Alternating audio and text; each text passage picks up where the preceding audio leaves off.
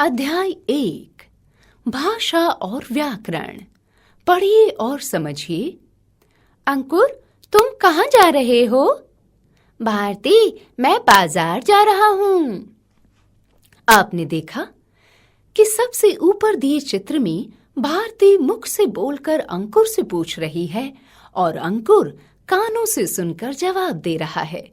नीचे के पहले चित्र में पुत्र लिखकर अपनी बात कह रहा है और दूसरे चित्र में पिता उसके पत्र को पढ़कर उसकी बात समझ रहे हैं।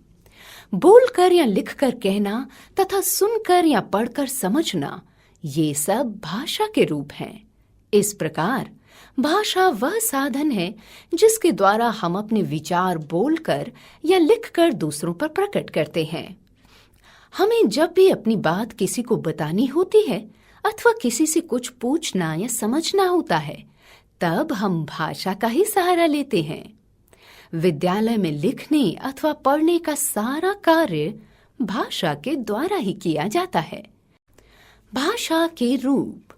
हम भाषा का प्रयोग दो प्रकार से करते हैं, बोलकर, लिखकर। इस प्रकार अपने कार्य के अनुरूप भाषा दो रूपों में पाई जाती है। मौखिक भाषा। जब मुख से बोलकर विचार प्रकट किए जाते हैं तो वह भाषा का मौखिक रूप होता है। इसे ही मौखिक भाषा कहते हैं। मौखिक भाषा को मुख से बोला व कानों से सुना जाता है। लिखित भाषा। पढ़ने योग्य जो कुछ लिखा जाता है वह भाषा का लिखित रूप होता है। इसे ही लिखित भाषा कहते हैं। अन्य भाषाएं। संसार में अनेक देश हैं, सबकी भाषाएं अलग अलग हैं।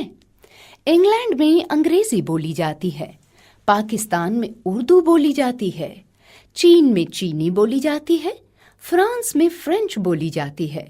हम सभी हिंदी भाषा में बोलते हैं। हिंदी हमारी मातृभाषा है। हिंदी हमारी राष्ट्रभाषा है। लिपि। जब हम बोलते हैं तो मुख से ध्वनियां जैसे अ, आ, ई, क, ख, ग आदि निकलती हैं। ध्वनियों को लिखित रूप देने के लिए कुछ चिन्हों का निर्माण किया गया है। ये चिन्ह जिस रूप में लिखे जाते हैं उसे लिपि कहते हैं।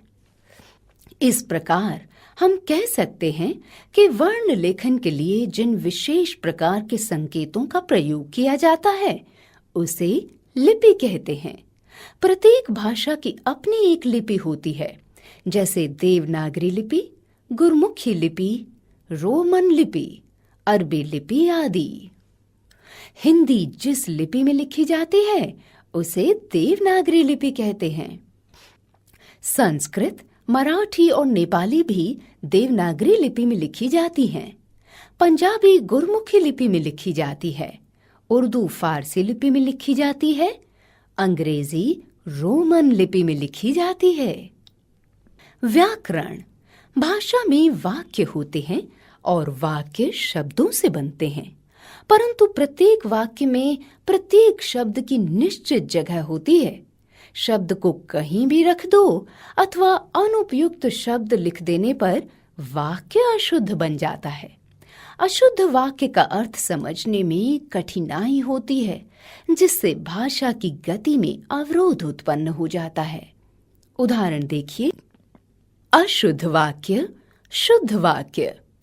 माताजी आता है, माताजी आती हैं। बच्चा रोती है, बच्चा रोता है।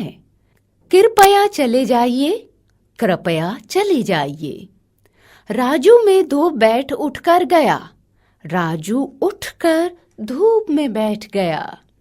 व्याकरण हमें किसी भाषा के बोलने और लिखने का सही ढंग बताता है। व्याकरण भाषा के नियम बनाता है, अतः व्याकरण को भाषा की नियमावली भी कह सकते हैं।